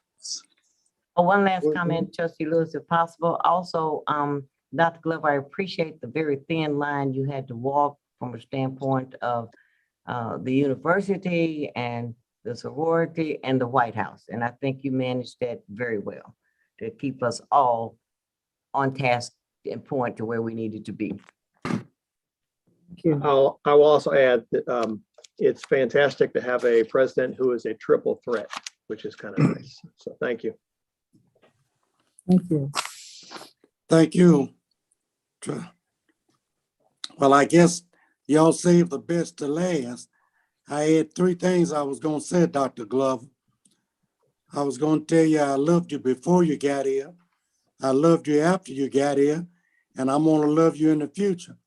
And then I decided to use my daily prayer. I thank the Lord for what he's done. I thank him for what he's doing, and I thank him for what he's about to do. And I want to use that triple documentation for you. Thank you, thank you, thank you. Keep up the good work. Now, Thank you. Thank you all. with that being said, Dr. Glover, I think it's time for us to move on to our next agenda item, which is an update on enrollment. Information regarding the Finance and Budget Committee agenda is included in your board material for November the 18th, 2021. President Glover, please provide pertinent information related to this agenda item. Again, this is for informational discussion item only. No vote is required. Thank you, Mr. Chair. Ms. Izard? Thank you, President Glover, and thank you, Chair Lewis and committee. I'm very pleased to be able to share and briefly discuss an enrollment update for you today, which will include an update on our fall 2021 enrollment, our application data, a little bit about our recruitment efforts for fall 2022, and then our retention efforts as we move forward fall 2022. And then I'll discuss our conversion rates and our customer acquisition costs as was requested by the board at our last report. In your packet, I've provided for you the final official report that has gone to THEC as well as to our iPads data. Our current enrollment for fall 2021 is 8,077 students. We're very pleased that represents a 6% increase in enrollment compared to 2022. And we thank our admissions director and all of our associates, enrollment and recruiters for getting out in the streets and even in the midst of a pandemic, doing a lot of virtual events and supporting the students. In addition to that, we have our teams on ground, which include everybody from academic affairs to student affairs. We all pulled together to make this happen. So as a university, we celebrate that. And this would not be possible, as you know, without the leadership of our president. Moving forward, to take a look at our application data, I wanted to provide you with an update on how we're looking for fall 2022. Now, at the time of the report, we had 8,986 applications. Since that time, as of today, this morning, we have just under 10,000 students who have applied. 9,842 is the application data from today. What this represents, as you can see, this time last year, we only had 4,000 applicants. That's an increase of over 5,000 students who have come to apply and who are interested in admissions at TSU. Phenomenal. This increase, we believe that it's because of course, all of the national media exposure that we've been given. Our PR and communications VP is here, as well as our president's involvement on a national stage as she really fights for HBCUs, as well as our high profile recruits, coaches. There have been a lot of factors that have impacted us positively. And again, I want to say that everyone that's on our cabinet, you heard our VP Douglas Allen mention, there is a real student first mentality. And we cohesively work at putting the resources where we need to be to manage our enrollment process. So with that being said, I want to jump to item number 3 and talk about our enhanced recruitment efforts for fall 2022. We believe that these have also led to an increase for our interests. We've increased the staffing and recruitment team. We've increased the admissions and processing team. The president led the charge in making sure that we offer tuition assistance grants for new students that will help defray their cost for school, and then also selected highly competitive graduating seniors to begin those scholarship dollars. What's significant about that is when you get a better quality student that's, let's say the student, we've had students admitted to Harvard, Yale, and TSU, and selected TSU because of the financial support and also the academic rigor. When we put those scholarship dollars out there, it allows us to quickly become the first choice for students, particularly students of color, but also students of all nationalities. I'll move on. I won't read all of the things that I've provided, but another big game changer was the launch of our Recruit CRM. That Recruit CRM allows our students to quickly log in, create an account, submit their supporting documents. They're also able to get a decision and all of the information that they need to know, it's in their account. This particular application is a lot simpler and user-friendly, which we think that creates, it eliminates a barrier for our students. And so there are numerous other items in there that you will see that we've put our efforts toward expanding recruitment. But moving on to item number 4, one of the discussions we had during our last board meeting was to increase our retention efforts.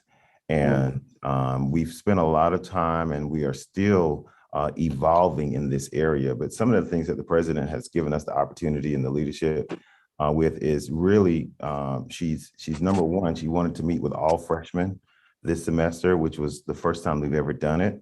We had over 1,000 students participate with the Freshmen's Assembly, the President's Freshmen's Assembly, where she talked about the level of care and wanted to hear their concerns and were there things that we could do as a university to change and better support them. And that feedback and that dialogue, I think just really allowed our freshmen to, number one, feel a part of the family, but also understanding from the highest level at the university, the president was committed to making sure they are successful academically and they're developed socially so that when they graduate from Tennessee State, they become productive citizens. So that was a major success and we appreciate President Glover's support and direction on that.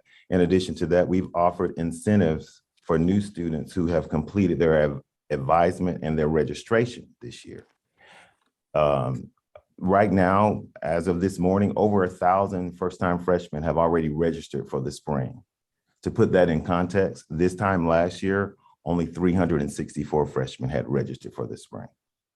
That is a huge game changer because when freshmen feel like they have a career path, they have advisement, they have direction and support, it causes them to stay engaged and really to be excited about persistence toward graduation. President Glover and VP Allen told you earlier about assisting our continuing students by paying off for their balances or providing grants to bring or to reduce their balances. And so that has made impact. We've conducted freshman experience surveys that we gained great insight. We've also launched a new initiative called the Freshman Institute, where students, in addition to all of the level of care that they get through advisement and success coaching, this is a new program that allows freshmen to have exposure to seminars, career development, training, activities that will continue to build their leadership skills. And we have over 100 and about 10% of the class, 150, 160 students that are involved in that program. There are several other items in there, but let me just mention a new initiative. We reorganized our first year advisement and developed something that we call the CARE Center, the Center for Achievement, Retention, and Engagement. And it houses all of the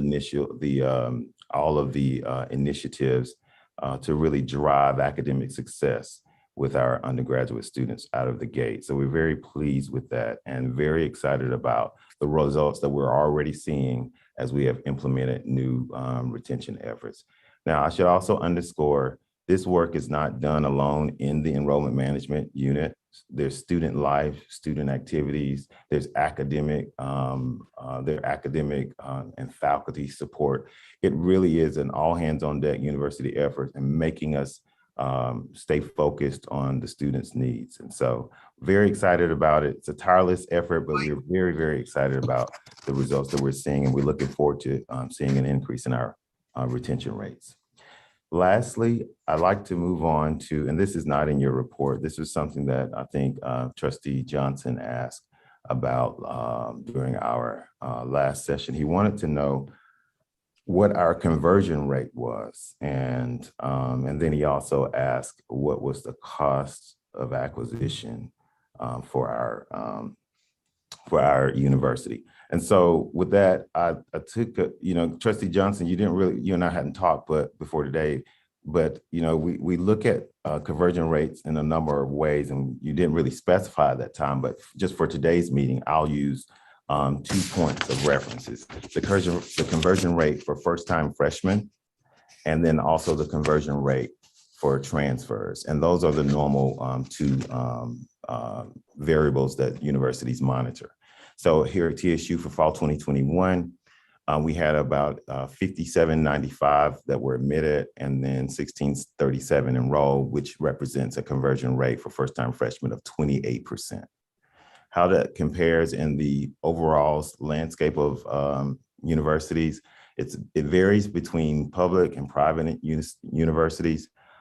Institutions that are private typically have about, on average, a 25% conversion rate. And then institutions that are public are usually around 30% on up. So we're pretty much in the norm of where we're going.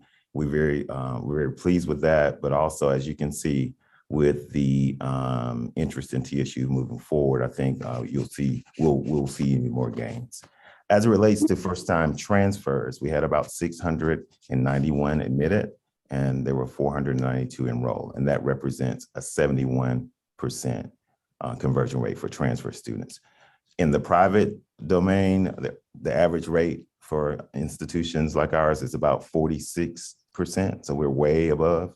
And then also in the public domain, it's about 60%. So again, we put a lot of resources in transfers, and we have a new team that President Glover gave us authorization to bring on board. They're doing a great job, and we're pleased with the progress, and we're pushing them for even more success. There are other rates like the application to admit, there's the digital marketing, all of those conversion rates. And so with a lot of the new things that we've implemented in our recruitment efforts, we're tracking a lot of data, and would love to have more conversation at any time that you would like. That concludes my report, President Glover, and I want to thank you all again for allowing me to share this information.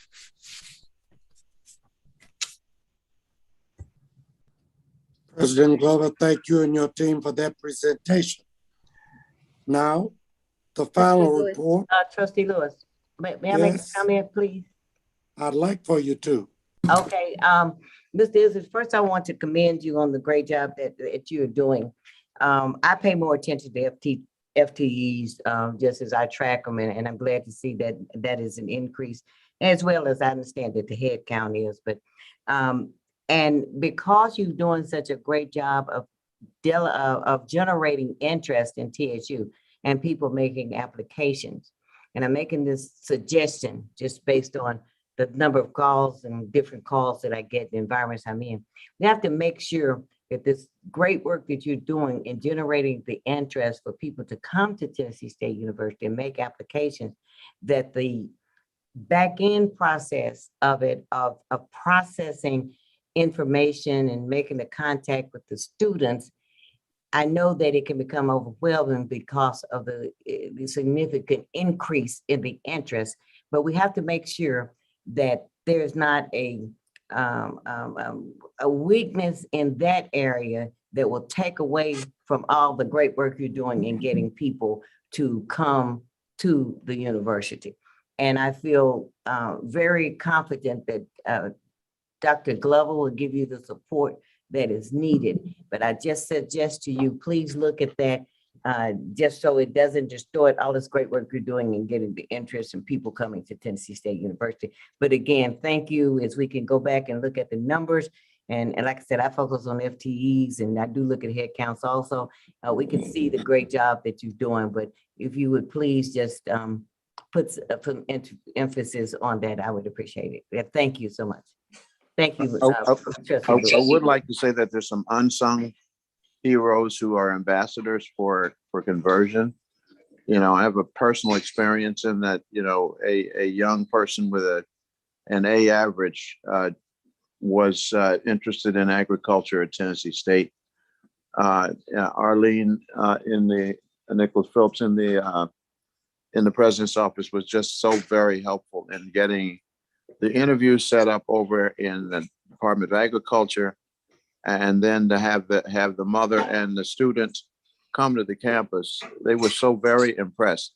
So I give that example because we're all ambassadors for our beloved institution, and that there are those that are not formally acknowledged as a part of increasing our conversion rates and are really on the front line helping out. I just wanted to put that out so we all knew about it. Trustee Lewis, if I can make a quick comment about the numbers, because I asked for the numbers. So, Please do. Mr. Izzard, thank you so much. The numbers are higher than I had anticipated. The research tells me that 16 to 19% is the national average for conversion. So congratulations, we're well above that. The metrics mean a lot to me, and they're good benchmarks for us to keep track of some things. And so I encourage you to keep those metrics coming. We have a business mindset, and so we like to see that our money is well used. And Obi is exactly right. We have a lot to offer here, and Trustee Cole is right. What we do with them once we get them here, and how seamlessly and easily we can get them here, plays a big role. And so we all do our part. We need to all play our part to assist you with retention and persistence. So thank you again for looking at the numbers for us. Thank you, Dr. Johnson. Thank you. Yes, go right ahead, please. May I make a comment, please? Mr. Izzard, you're doing a great job with the admissions office, and we appreciate everything that you do. But I wanted to kind of raise a concern from the class of 2024. I know we put a lot of interest into, getting first-time freshmen, keeping the freshmen, keeping them engaged, keeping them feeling like they're cared for. But the sophomore class, of course, they came in under different circumstances. They didn't get that in-person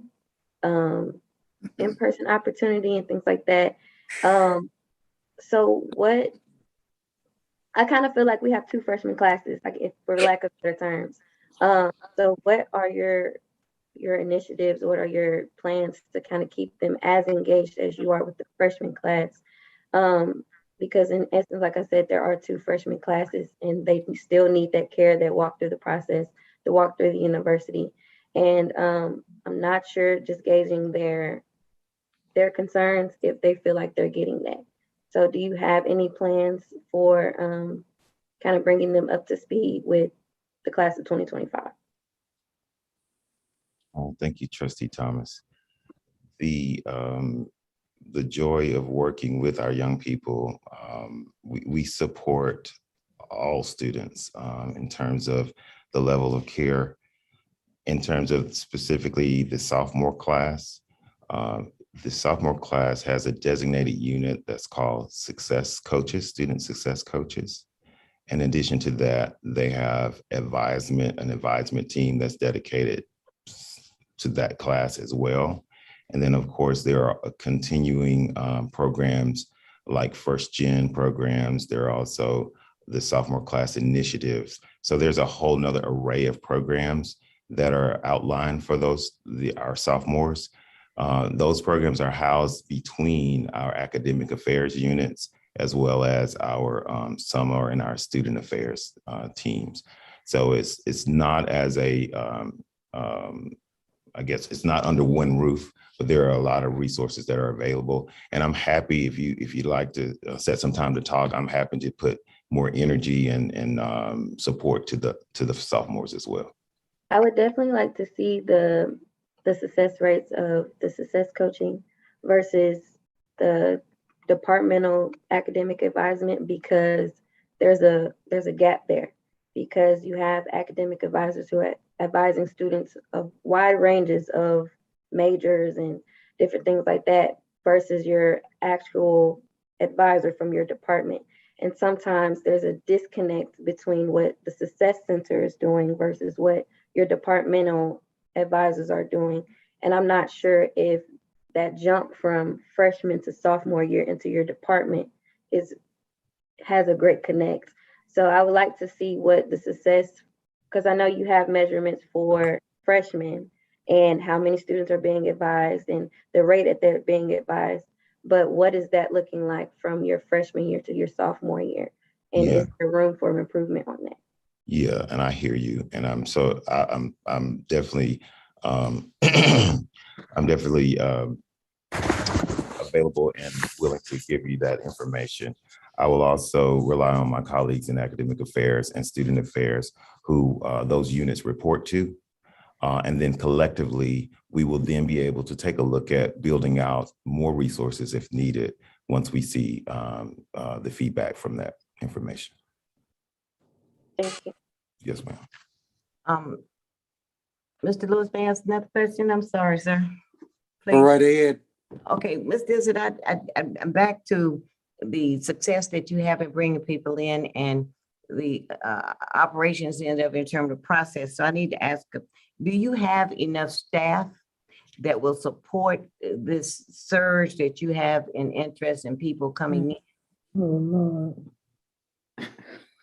So I have talked with VP Allen and President Glover about our needs, our staffing needs, and they both have provided additional staff. So we are in the process right now of hiring 6 additional enrollment counselors as well as admissions processors. And so currently we're monitoring that and increasing our team. Well, I encourage you to, if whatever you need to get with the president, get the resources to make sure that, you know, these people that we're going to get, that we get them in, they have a good experience, which is very good, a good experience coming in. One last question, give me some details. Tell me about the success centers. There are 2? So we do have a student success center that houses advisors who support students that are not first-time freshmen who have less than 30 hours. And so typically a freshman that comes to TSU, he or she will take 15 hours in the fall, 15 hours in the spring. That gives them 30 hours, and they move forward to their sophomore year and so on and so forth. And so once students gain 30 hours, they are advised by their faculty advisor. But beyond students who have less than 30 hours, who are not first-time freshmen, they are advised in the Student Success Center. Now, what we did to better support and address the retention rate, which is usually the rate of the first-time freshmen their first year and how many of them persist to the second semester and on to the second year, we brought all of the services for first-year students under one umbrella.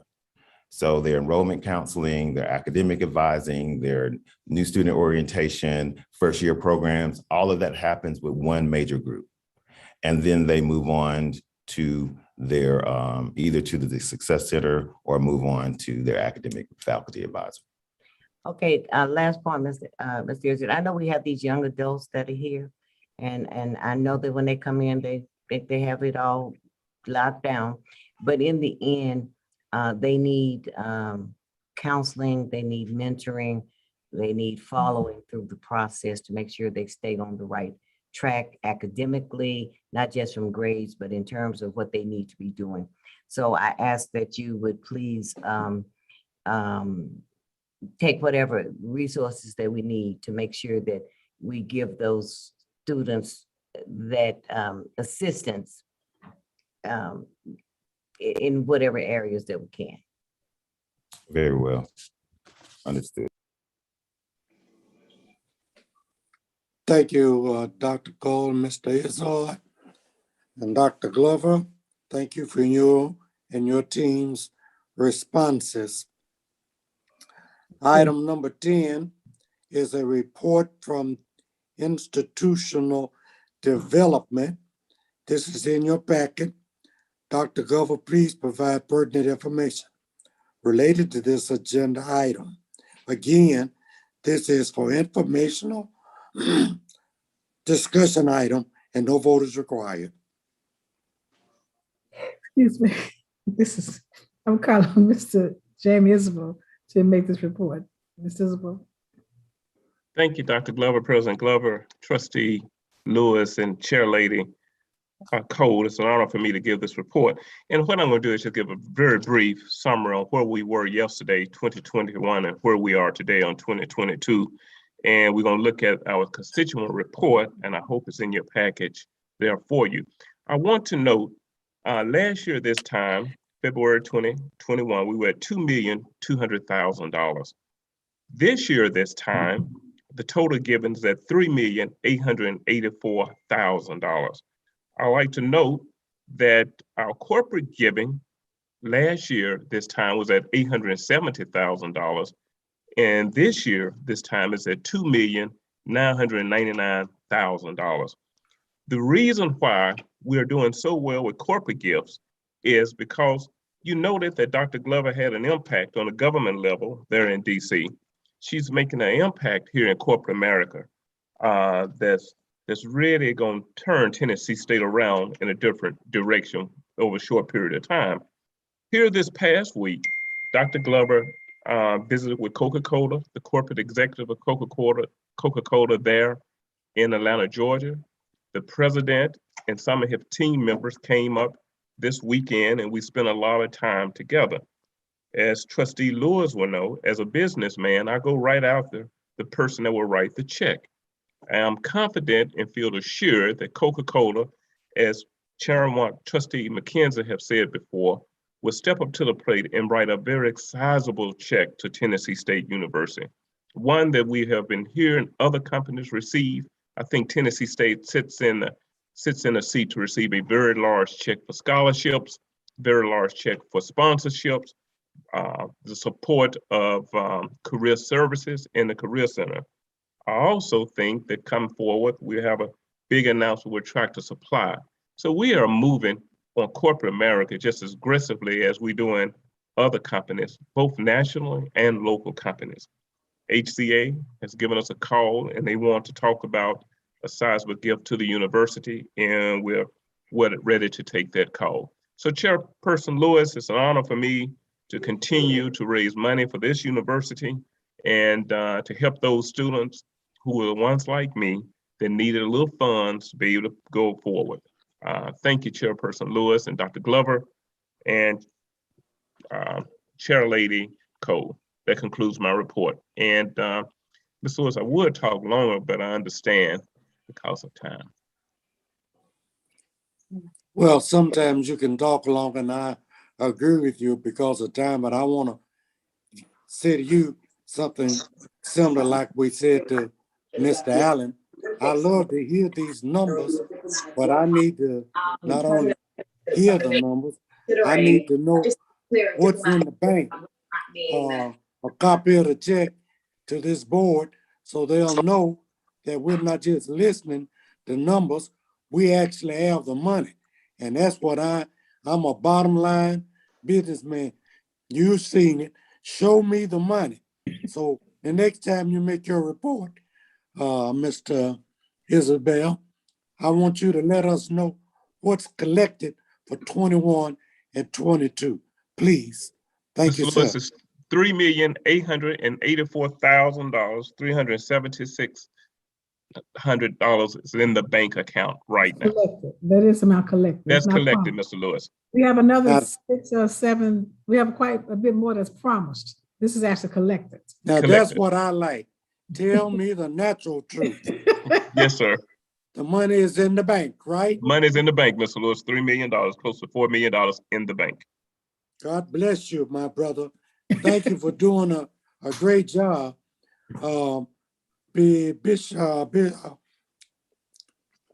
President Glover, there's one other thing I think that we ought to give recognition to while we're dealing with institutional development.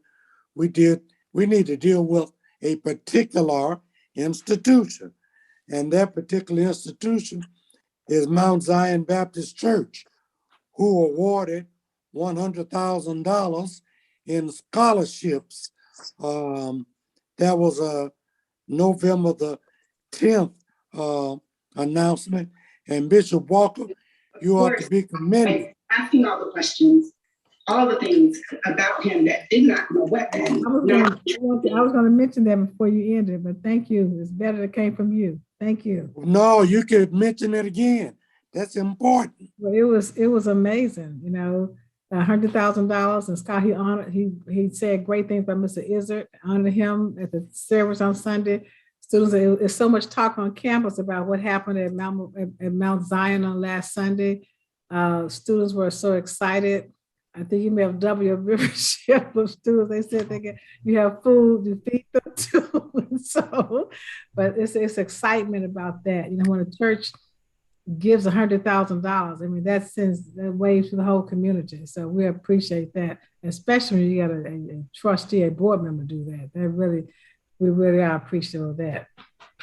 Thank all of you so much for that. And thank you so much, Chairman Lewis, and thank you, President Glover. It was our honor to do that. It's just our ground level of where we're going in the future. And the beauty of what happened on Sunday was really Mayora, who is a Tennessee State student, who, as you know, we honored, surprised her with, it became $102,000 because she was a young lady whose father has brain cancer. Yes. And had taken off a semester and didn't know how, and just watch that play out was just a tremendous blessing. And so we are grateful that Tennessee State students are benefiting from this scholarship. And of course, next year we hope to take it higher than that. So we look forward to doing even more and more and more. So thank you for your support.